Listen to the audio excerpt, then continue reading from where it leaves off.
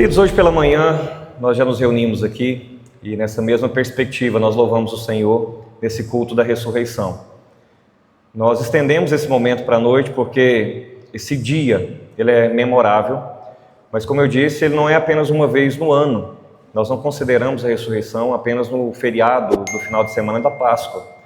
Nós, como igreja protestante, nós não celebramos a Páscoa judaica, nós celebramos a ressurreição do nosso Salvador. Aquela Páscoa apontava para a verdadeira Páscoa.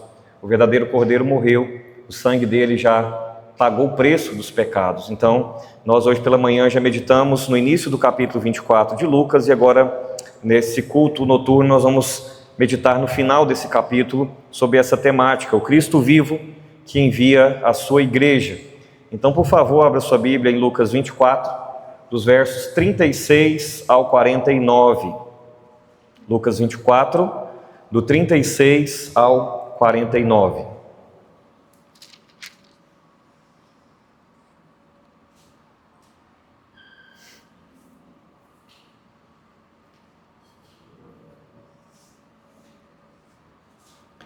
Falavam ainda essas coisas quando Jesus apareceu no meio deles e lhes disse: paz seja convosco.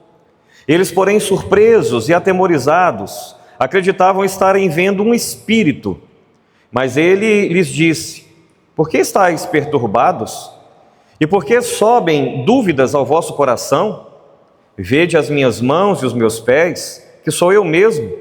Apalpai-me e verificai, porque um espírito não tem carne nem ossos, como vedes que eu tenho. Dizendo isto, mostrou-lhes as mãos e os pés. E por não acreditarem eles ainda, por causa da alegria e estando admirados, Jesus lhes disse: tendes aqui alguma coisa que comer?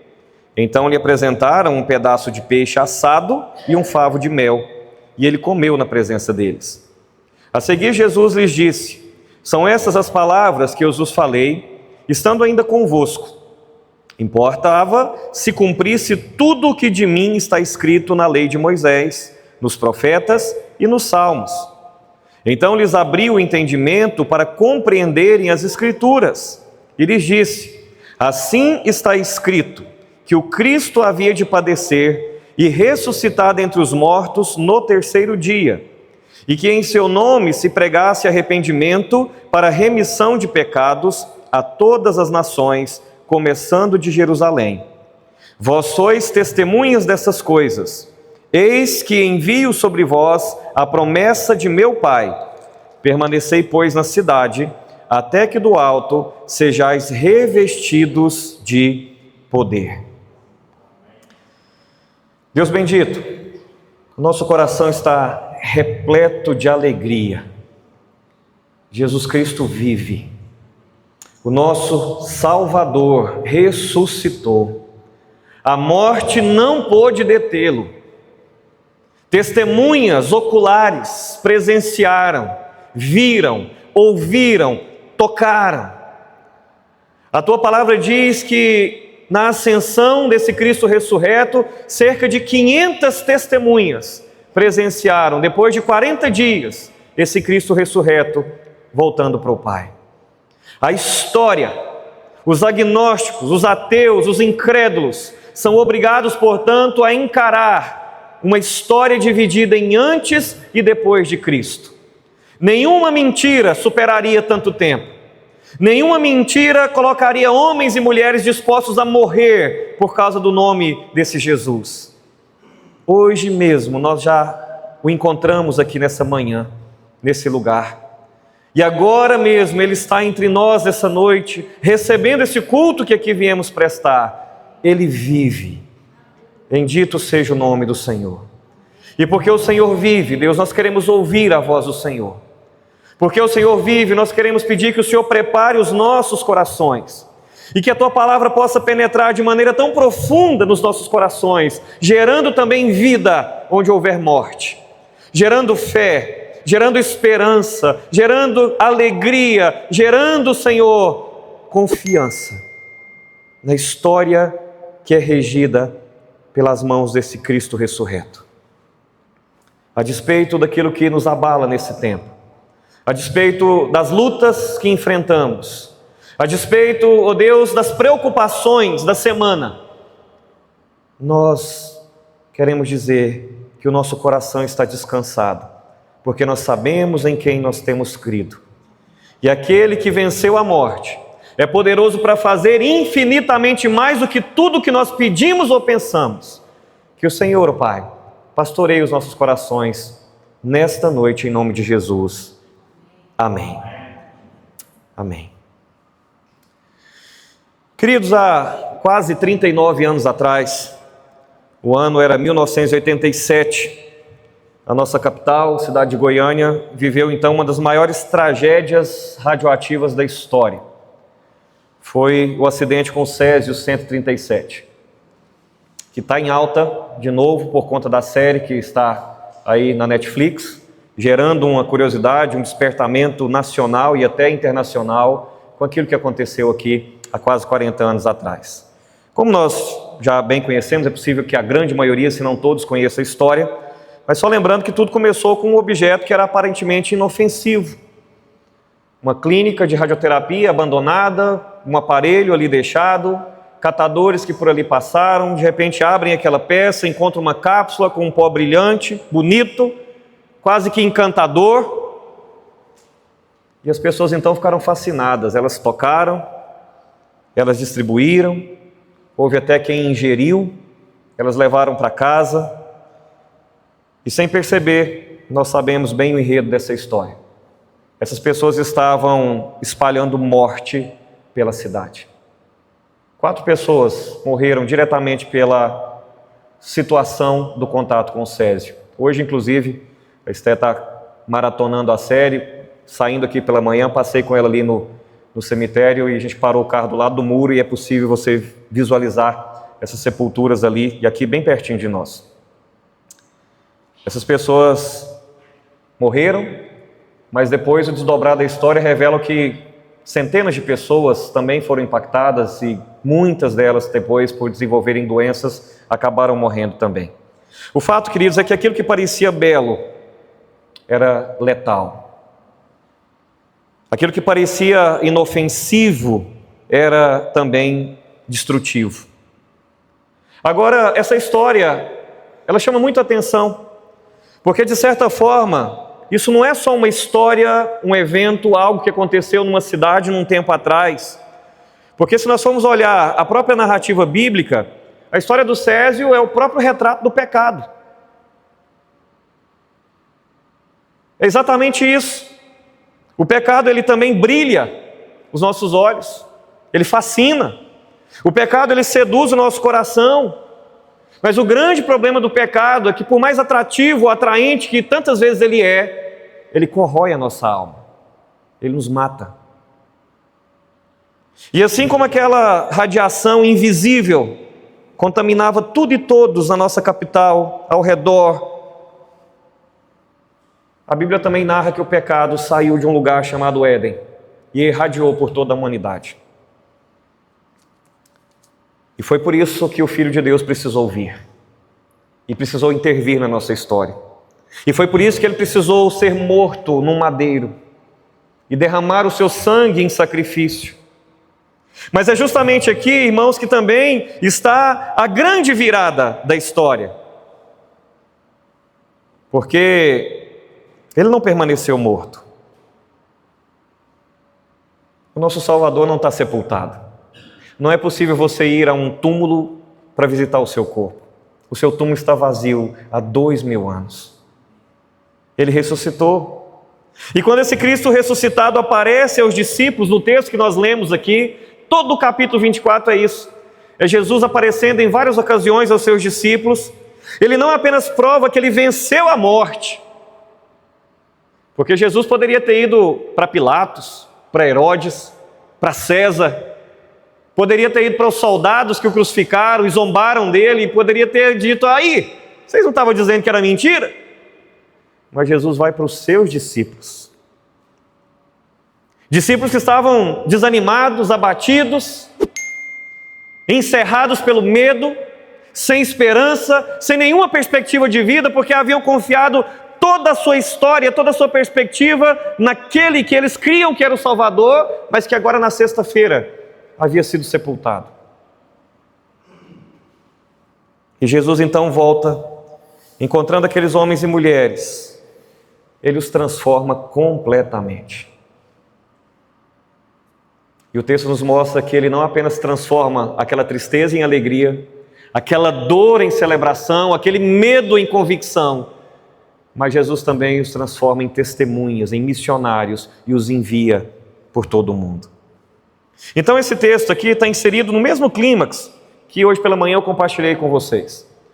Lucas, um discípulo de Paulo, que é quem escreve o Evangelho de Lucas, que é quem escreve o livro de Atos, ele tem o propósito de apresentar o Evangelho aos gentios, às gentes, às outras nações, fora do portão de Jerusalém.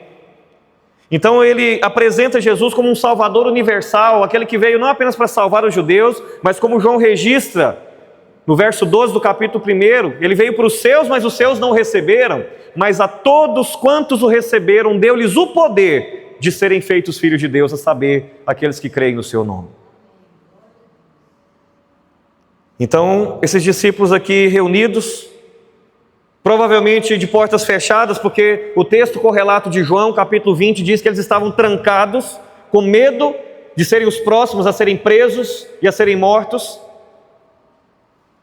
imergidos numa confusão, numa incredulidade, num pavor, porque eles ainda não compreendiam plenamente a cruz e a ressurreição, ainda que Jesus havia preparado eles antes. Como eu disse pela manhã, Jesus havia dado um spoiler para eles do que ia acontecer. Jesus havia dito, olha, nós vamos para Jerusalém, lá eu vou ser preso, lá eles vão me julgar, lá eles vão me crucificar, mas no terceiro dia eu vou ressuscitar. Jesus tinha contado para eles. As coisas aconteceram diante dos seus olhos, mas agora ninguém cria. Estava todo mundo abatido, apavorado. De maneira, queridos, que a ideia central então dessa passagem é a que vocês estão vendo diante dos seus olhos. A ressurreição de Cristo, ela transforma pecadores temerosos em testemunhas enviadas. Enviadas para quê? Para anunciar vida ao mundo contaminado pelo pecado.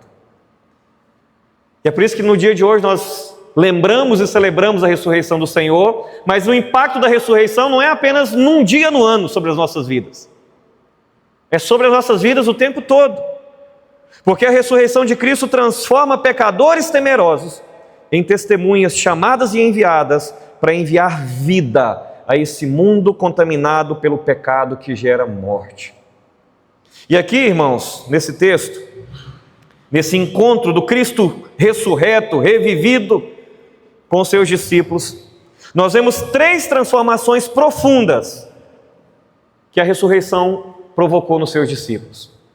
E essas 3 transformações que a ressurreição operou neles, são transformações que também devem operar nos nossos corações, no meu coração e no seu coração, todos os dias das nossas vidas.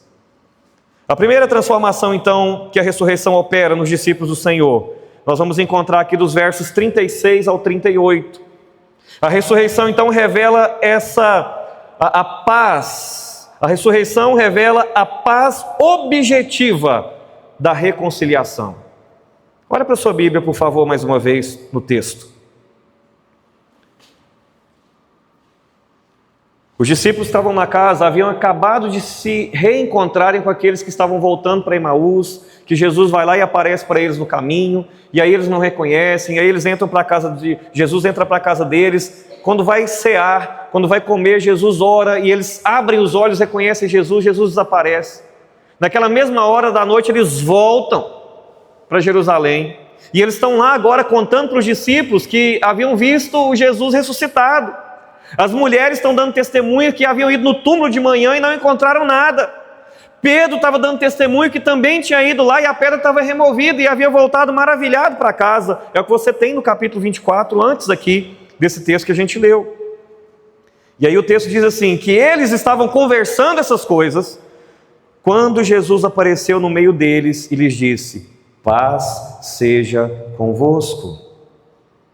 Eles, porém, surpresos e aterrorizados, olha só, eles estão celebrando o Cristo ressurreto, Eles estão contando que haviam enxergado Jesus, os de Emaús, o outro tinha ido lá no túmulo, não tinha encontrado nada. Eles estavam dizendo, Jesus vive. Aí Jesus chega diante deles, e aí o texto fala assim: surpresos e aterrorizados, acreditavam estarem vendo ali um espírito. Se tem um povo difícil às vezes para exercer a fé, é o povo que anda com Jesus. E aí o texto segue aqui para o 38. Mas ele lhes disse: por que vocês estão perturbados? E por que sobem dúvidas no coração de vocês? Queridos, essa saudação que Jesus apresenta aqui faz toda a diferença. Quando ele diz aqui, paz seja convosco, isso não é uma saudação comum. Às vezes a gente acostumou, né? No contexto evangeliquez, a gente chega e dá um paz ao Senhor, dá um graça e paz, né? E aí às vezes parece que é só um bom dia, ou parece que é só um oi, né? Parece que às vezes a gente não tem a noção do peso que a paz do Senhor, sendo com cada um de nós, isso impacta a nossa vida. Então Jesus não chega com uma mera saudação aqui, porque no contexto bíblico, queridos, paz, que vem do hebraico shalom, significa reconciliação com Deus. De um homem que estava expulso da presença de Deus e agora foi aceito. Então é uma restauração relacional. E tem também um sentido de plenitude de vida. É por isso que tantas vezes Israel, no contexto do Antigo Testamento, estava em guerra, estava em tribulação, estava em momentos difíceis, mas ainda assim estavam em shalom. Estavam em paz, porque shalom não é ausência de luta, não é ausência de guerra, mas é plenitude de vida na presença do Senhor, a despeito das provações. E aí o texto vai revelando algumas coisas para nós aqui, né? Diz que os discípulos estavam perturbados aqui. Jesus fala: por que vocês estão perturbados? A palavra que aparece aqui é phobos, no grego, que é onde vem a palavra fobia, que a gente tem os medos aí na nossa língua portuguesa, né? Claustrofobia e aquelas coisas todas. Então, eles estavam dominados pelo medo. E porque estavam dominados pelo medo, eles estavam incapazes de interpretar corretamente os acontecimentos. Já parou para pensar que quando a gente está dominado pelo medo, a gente começa a ver tudo? Aí uma mancha na parede vira um rosto de um demônio, né? Aí uma sombra, você está na roça então, e aí começa a contar os causos, né? Aí o avô começa a contar os causos, aquela coisa toda, e aí você vê o mato mexeu ali, é uma galinha está empoleirando, você já viu um bicho. Então quanto mais medo a gente tem, a gente começa a ver coisa. Tem um amigo meu que uma vez, ele me mandou uma mensagem apavorado. Estava ensaiando na igreja e a caixa de som começou a soltar umas vozes estranhas. Era o rádio que estava pegando a interferência lá, mas ele estava achando assim, está ensaiando, está tocando para Deus ou o demônio aí. Queridos, o medo, ele faz coisas com a gente. Já aconteceu comigo várias histórias. Tenho certeza que pode ter acontecido com você também. Faz a gente ver coisas, faz a gente interpretar errado, faz a gente julgar. Mas chama atenção aqui o fato de que Jesus, ele não apenas acalmou as emoções daqueles seus discípulos. Ele chega trazendo uma nova realidade. Porque uma coisa é alguém estar com medo e você falar assim, não fica com medo não. Mas Jesus, ele chega trazendo uma nova realidade, ele mostra a paz que é fruto de uma obra consumada na cruz. Paz seja convosco no sentido de que nunca mais agora há motivo de medo. Nunca mais agora há motivo de desespero. Paz! A paz foi estabelecida. É a partir daí que Paulo desenvolve a sua teologia em Romanos capítulo 5, verso 1. Justificados, pois, mediante a fé, temos paz com Deus. Irmãos, a paz que Cristo oferece não é a ausência de problemas. Não é isso que a teologia da prosperidade fica vendendo. Não é que você não vai ter dificuldade, você não vai ter problema, que você não vai enfrentar doença, que você não vai ter crise financeira, que você não vai ficar desempregado. Não é essa paz. A paz que Cristo oferece é reconciliação com Deus. E ainda que a figueira não floresça, ainda que o produto da oliveira minta, ainda que não haja ovelhas no aprisco, ainda que tudo possa sair errado do nosso ponto de vista, ainda assim nós nos alegraremos no Senhor. Essa é a razão da nossa esperança. É como alguém que está certo do seu crime, que está ali diante do tribunal aguardando a sentença, e no momento de ouvir a sentença, ele ouve do próprio juiz: você está absolvido, você está livre. Essa paz de não ter mais nenhuma dívida, de que o preço foi pago, de que a conta foi fechada. Então, meu irmão e minha irmã, deixa eu te perguntar: seu coração tem estado perturbado nesses dias? Preocupado? Será que vai dar certo? Será que vai conseguir? Será como é que vai ser? Será que seu coração tem estado perturbado porque não entendeu a obra da cruz? Não entendeu o que Cristo fez? Não entendeu o seu sacrifício? Será que a gente tem buscado paz nas circunstâncias da nossa vida? Quando tudo estiver bem, aí a gente está em paz. Ou será que a gente tem buscado essa paz na reconciliação com Deus? E ainda que as circunstâncias à nossa volta estejam de ponta cabeça, mas nós estamos em paz porque nós estamos com Deus. O que o texto nos encoraja, irmãos, com essa saudação de Jesus aos seus discípulos, é receber pela fé a paz que Cristo já conquistou naquela cruz.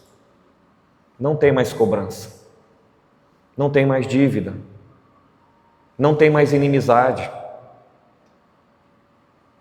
O castigo que nos traz a paz estava sobre ele, e sobre as suas pisaduras fomos sarados. O verbo já está no passado, já aconteceu. Tetelestai, está consumado. Essas foram as palavras de Jesus. Louvado seja o seu nome. Então, queridos, nós temos que receber pela fé essa paz. Nós temos que parar de viver como condenados, quando Cristo já declarou que estamos justificados. Porque é isso que o inimigo faz com as nossas vidas. Ele tenta, ele aponta, ele nos leva a cair, a tropeçar, para depois falar: está vendo? Você é crente nada. Está vendo? Olha quem que você é. Ou às vezes nos leva a apontar o dedo para outros: olha, aquele lá não é crente não. E nos leva a julgar os outros, nos levando a pecar e cair também. Nenhuma condenação há para aqueles que estão em Cristo Jesus. Quem poderá nos separar do amor de Deus? Nunca foi, irmãos, baseado naquilo que nós fazemos ou deixamos de fazer, mas sempre foi naquilo que Ele já fez, já consumou, já pagou. Todo aquele que nele crê, apesar de nós, todo aquele que nele crê não morre, mas tem a vida eterna. Tem, já está feito. A segunda transformação que a ressurreição provoca na vida dos discípulos e deve provocar também nas nossas, é que a ressurreição confirma a realidade histórica da redenção. A ressurreição de Jesus confirma que a ressurreição de Jesus, ou que a redenção de Jesus também é verdadeira. Assim como há ressurreição, há redenção, há resgate, há salvação. E o texto continua. Jesus fala para eles: olhem as minhas mãos, os meus pés, sou eu mesmo. Toquem aqui, verifiquem, porque o espírito não tem carne, não tem ossos. Como vocês estão achando que eu tenho, como vocês veem que eu tenho, vocês estão achando que eu sou um espírito? Vem aqui. Dizendo isto, mostrou as mãos, os pés, e por não acreditarem eles ainda, por causa da alegria e estando admirados, Jesus lhes diz: tens aqui alguma coisa que comer? Deixa eu dar mais uma prova, né? Porque eu estou aqui, eles estão achando que eu sou um espírito, eu estou mandando eles tocar em mim, eles não estão acreditando, deixa eu comer. E aí deram para ele um pedaço de peixe, favo de mel, acredito que é um prato saboroso, um agridoce, né? Acho que vale a pena experimentar. E ele comeu na presença deles. Um espírito não come. O espírito não pode fazer uma refeição. Jesus está aqui, gente, insistindo com eles: as minhas mãos, olha os meus pés, sou eu mesmo, toquem em mim. Sabe por quê, gente? Porque aqui está um ponto central da nossa teologia. A ressurreição de Cristo é corporal, é física e é histórica. Porque existe uma corrente liberal que já afirma há bastante tempo que existem dois Jesus, dois Cristos. O Cristo histórico, que viveu, que teve com seus discípulos, foi condenado por Roma e que morreu e que está sepultado e que desapareceram com o corpo dele. E o Cristo do querigma, que é esse Cristo que criou-se no imaginário popular e que sustentou a fé da igreja durante todo esse tempo. Heresia. Ah, porque ele está vivo nos nossos corações. Não, ele não está vivo nos nossos corações, ele está vivo literalmente. Você já deve ter ouvido ou até falado isso para alguém. Ah, porque ele vive nos nossos corações. Não, ele não vive no nosso coração somente. Ele vive pelos séculos dos séculos, ele reina e ele está sentado à direita de Deus Pai. E a Bíblia diz que onde o seu povo se reúne, ele também está ali. A ressurreição de Jesus é histórica, é física, é corporal. Ele está mostrando aqui as marcas da crucificação, ele convida para o toque, ele come diante deles, porque a redenção envolve o corpo. O que também era uma filosofia grega da época, dizer que a matéria é ruim e que o espírito é bom, e que muitos ainda hoje abraçam. Ah, a carne é ruim, a matéria é ruim, então sim, vamos fazer mesmo o que o corpo pede, o que a carne pede, mas aí a gente tem que evoluir, né? Tem que avançar na gnose, no conhecimento, porque evoluindo o nosso espírito vai ser salvo. Não. A redenção implica em salvar corpo e alma. A Bíblia é muito clara a dizer que os mortos em Cristo ressuscitarão e receberão corpos glorificados.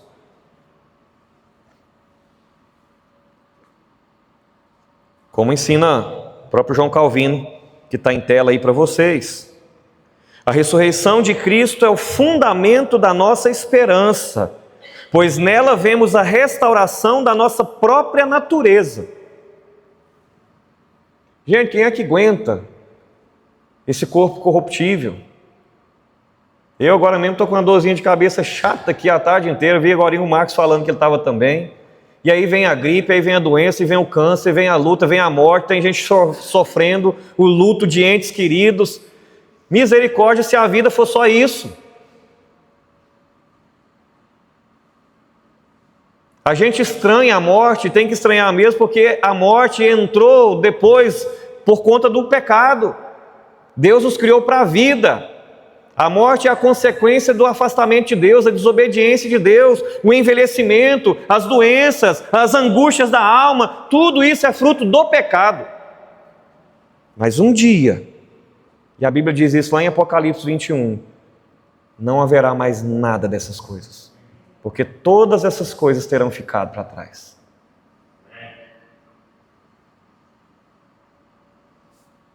Tudo isso, irmãos, porque nós não seguimos uma ideia viva. Nós não adoramos o Cristo do querigma. Nós seguimos um Cristo ressurreto, vivo, que age, que ouve e que fala. Voltando à visão de um tribunal, às vezes num julgamento, os testemunhos podem falhar.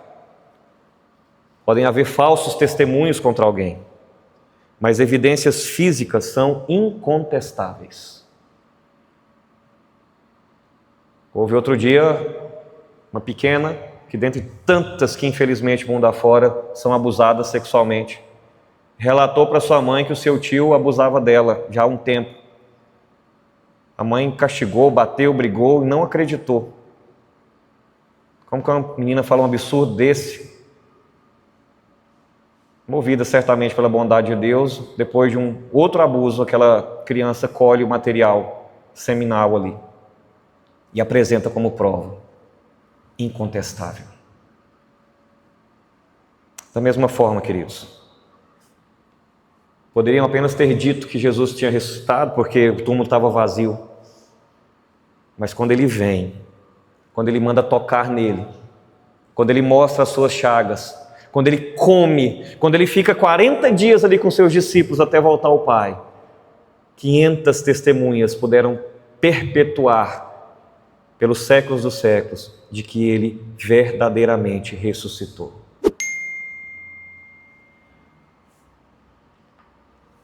Então, será que a nossa fé, ela tem sido baseada em experiência emocional, daquilo que nós sentimos, nos arrepios, nas emoções?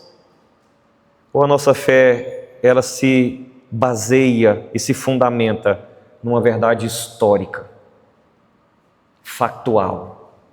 Como eu disse, que até o ateu tem que engolir calado, antes e depois de Cristo, a história que foi dividida. Será que nós temos crido num Cristo simbólico, distante da religião? Ou num Cristo real, vivo, presente, atuante? O texto nos encoraja, irmãos, a fortalecer a nossa fé nas evidências da ressurreição. Porque se o pior inimigo que alguém pode enfrentar nessa vida é a morte, porque tem até um ditado popular que fala, para tudo nessa vida tem jeito, só não tem jeito para morte. E se Jesus venceu a própria morte, Ele matou a morte, Ele derrotou a morte, meus irmãos, nós temos que fortalecer a nossa fé nas evidências da ressurreição, porque a Bíblia diz que Ele é o primeiro de todos aqueles que também ressuscitarão. Você e eu, os que cremos no Senhor, também viveremos essa experiência. Então viva com esperança concreta.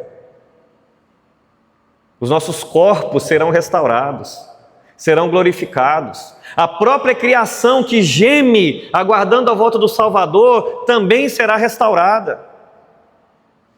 A Bíblia diz que o cordeiro e o leão pastarão juntos. Eu fico só assim, pensando no churrasco. Porque eles passam a comer carne depois do pecado. Antes do pecado não tinha carne, eles comiam os frutos lá, Mas Deus é bom, vai que Ele planta um pé de picanha lá para a gente comer da eternidade, Mas o leão, que é carnívoro, vai pastar com o cordeiro. A criancinha vai brincar com a áspide, com a serpente, e nada vai acontecer. Essa é a nossa esperança, irmãos. É isso que tem que nos mover a nossa fé, o nosso coração, nesses tempos tão difíceis que a gente vive. Num país tão avacalhado como o nosso, numa política tão corrupta, numa economia tão destruída, em relacionamentos tão fervilhantes como os nossos dias. O que tem que sustentar a nossa fé, a nossa esperança, é que o nosso Redentor vive e em breve Ele vem nos buscar, inclusive aqueles que nós estamos morrendo de saudade e que morreram em Cristo, ressuscitarão e nós estaremos com eles mais uma vez. Por isso a terceira transformação que a ressurreição provoca na vida dos seus discípulos, deve provocar também sobre as nossas. Nós encontramos aqui agora dos versos 44 até o 49. A ressurreição estabelece a missão redentiva da igreja. Cristo ressuscitou, encontra os seus discípulos amedrontados, desencorajados, desanimados, os encoraja, traz a paz sobre eles, mas há um propósito. Eles têm que continuar a missão que o próprio Cristo começou. E aí o texto segue assim. A seguir Jesus lhes disse, são essas as palavras que eu vos falei, estando ainda convosco. Importava se cumprisse tudo o que de mim está escrito na lei de Moisés, nos profetas, nos salmos, e todo o Antigo Testamento que está falando sobre Jesus. Então lhes abriu o entendimento para compreender as Escrituras, como assim havia acontecido também mais cedo, no início do capítulo, com outros discípulos.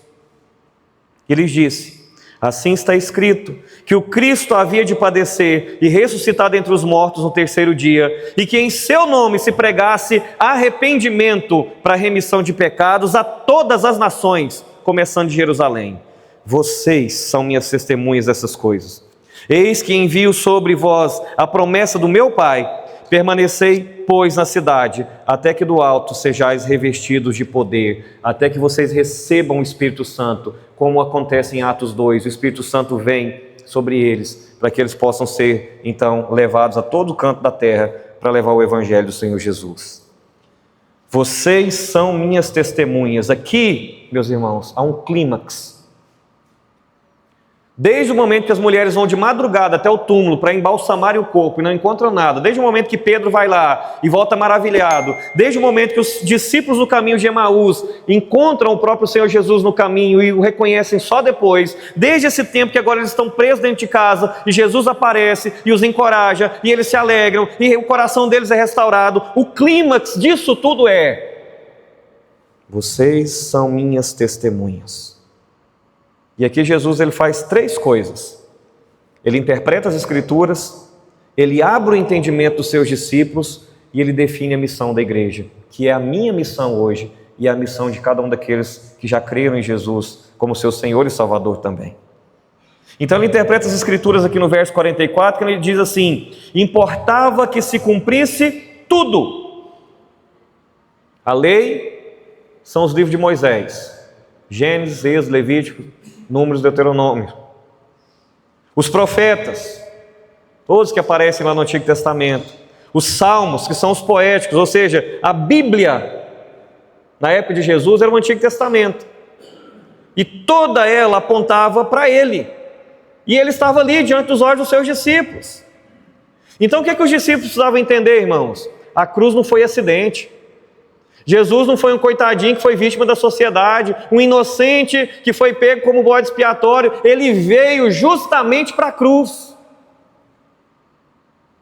E nem a ressurreição foi surpresa, porque como Deus que é, Ele já sabia, inclusive já havia dito para os seus discípulos que Ele ressuscitaria no 3º dia. O sinal de Jonas, que Ele falou que deixaria para aquela geração incrédula, como Jonas fica 3 dias no ventre do peixe, Jesus também haveria de ficar 3 dias dentro da terra. Tudo, irmãos, estava no plano redentivo desde o começo. Nada, nenhum detalhe saiu daquilo que Deus havia preparado para acontecer. E aí ele abre o entendimento deles, no verso 45. E aqui a gente vê outra doutrina cara para nós. É a doutrina reformada da iluminação. Nós entendemos que nós só compreendemos a palavra, que nós só compreendemos a narrativa bíblica, que nós só compreendemos os planos de Deus porque o próprio Espírito de Deus abriu os nossos olhos e nos iluminou. Porque o problema não é apenas informação. Quanta gente tem informação? Quanta gente conhece a Bíblia de capa a capa, estuda, rabisca, rascunha, mas não consegue crer, não consegue entender, por causa da incapacidade espiritual, a cegueira espiritual. Porque sem Cristo, gente, nenhum ser humano consegue entender os desígnios de Deus. E foi por isso que nessa hora que o entendimento deles foi aberto. Porque o próprio Espírito Santo de Deus o iluminou, o próprio Cristo os iluminou. E tendo eles compreendido, tem agora a definição de missão: pregar arrependimento e remissão de pecados a todas as nações. Qual que é a base dessa pregação? Jesus morreu e ressuscitou. Qual que é a missão da igreja hoje, irmãos? Pregar arrependimento, pregar salvação. Qual que é a base da nossa mensagem? O Filho de Deus morreu e o Filho de Deus ressuscitou. Continua a mesma coisa. Mas capacitados por quem? Na força de quem? No poder de quem? Que nós continuamos cumprindo essa missão de Jesus? Do poder do Espírito Santo de Deus. Então o ponto é esse: a ressurreição não é apenas uma verdade para crer, é uma mensagem para proclamar. O Senhor não está nos lembrando dessa mensagem hoje, no culto da ressurreição, para a gente dizer amém, glória a Deus, olha que coisa interessante, olha que maravilha. Para amanhã você chegar no seu emprego, ser um cara chato, ser um cara respondão, ser um cara briguento. Para chegar no comércio amanhã comprar e não pagar. Para chegar no trânsito e ser mais um indisciplinado. Não é isso. É para a gente sair daqui, a começar dos nossos lares, sermos movidos pela mensagem da ressurreição. Alguém vai vir reclamar da vida para você essa semana, vai falar que está difícil, vai falar que está terrível. Em vez de você querer vencer ela na narrativa da miséria, que às vezes é assim, né? A pessoa vem contar para a gente que está com um problema e a gente quer mostrar para ela que o dela é nada, o grande é o nosso. A gente tem que romper com esse ciclo, irmãos. A gente tem que mostrar para ela a mensagem da cruz, da ressurreição. Se Cristo venceu a morte, não há luta, não há dificuldade, não há problema que nós não podemos vencer com Cristo. Eu sempre tenho dito aqui que um sobrevivente de uma doença mortal, que descobrir a cura, jamais vai conseguir guardar isso só para ele. Alguém que descobrir a cura de uma doença incurável, a cura de um câncer, a cura de uma situação intratável, jamais vai guardar isso, vai compartilhar, vai salvar vidas. Queridos, foi compartilhado conosco a mensagem de salvação, que é muito mais letal do que qualquer doença. O pecado mata, condena, enterra das profundidades do inferno aqueles que morrem sem Cristo. Nós temos o antídoto. Temos a mensagem da salvação. Goiânia precisa ouvir que o Redentor vive. No seu trabalho, na sua casa, na sua vizinhança, os seus amigos, as suas redes sociais precisam ouvir que o Redentor vive. A gente tem que parar de postar coisas aleatórias. Foto de biquinho, né? Porque de biquíni crente nem posta, né? De biquíni. A gente tem que postar, queridos, a maior mensagem que o mundo pode ouvir. O nosso Redentor vive.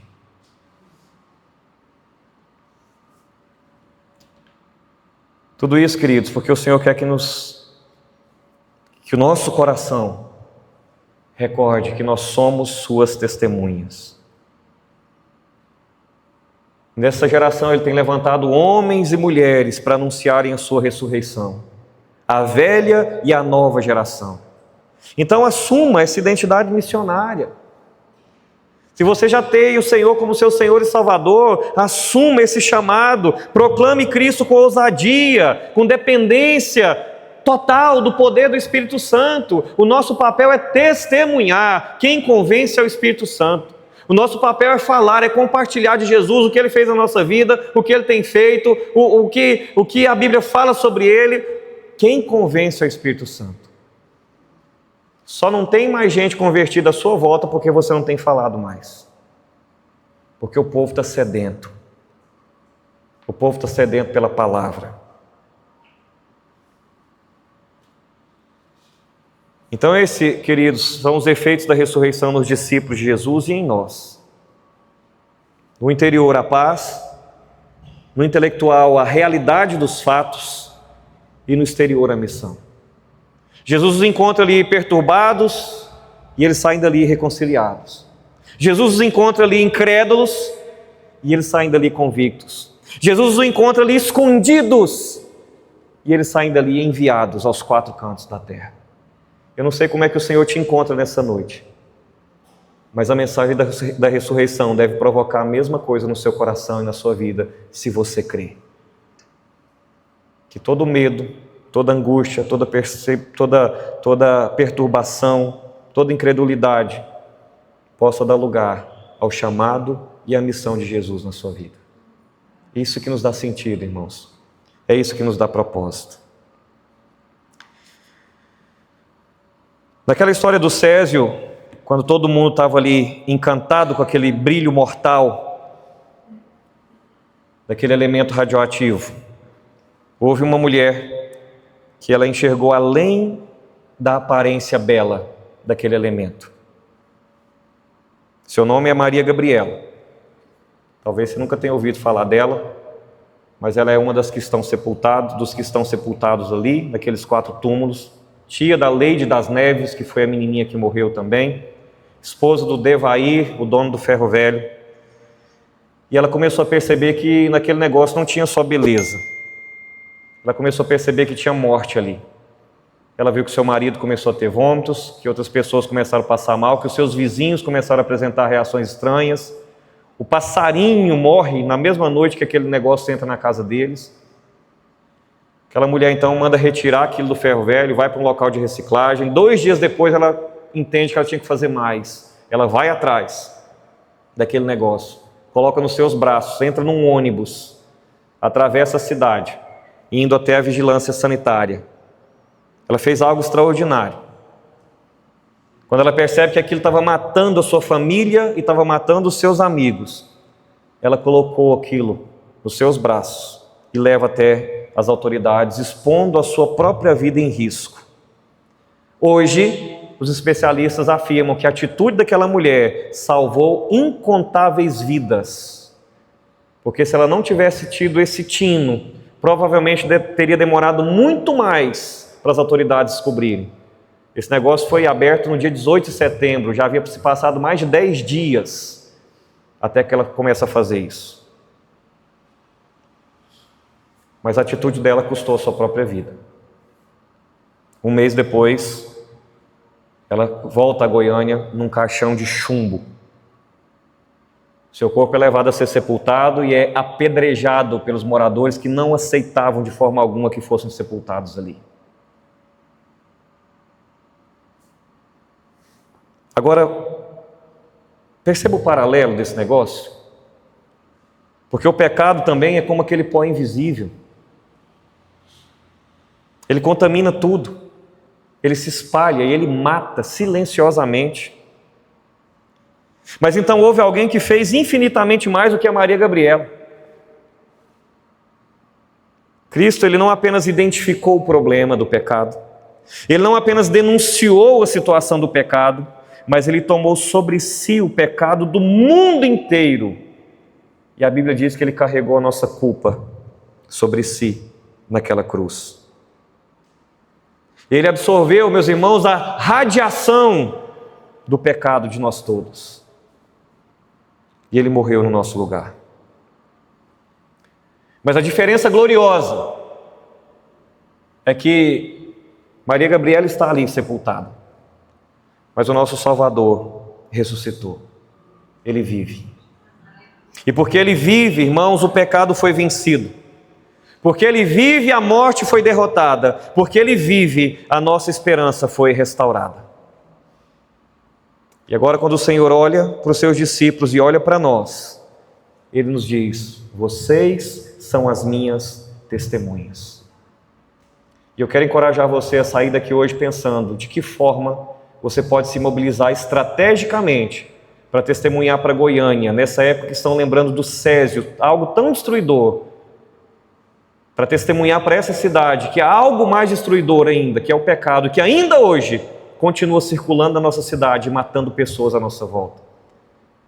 Mas é você se mobilizar como um agente do reino, para levar essa notícia de que o nosso Redentor já venceu a radiação do pecado. Todo aquele que se abriga nele não morre, mas tem a vida eterna.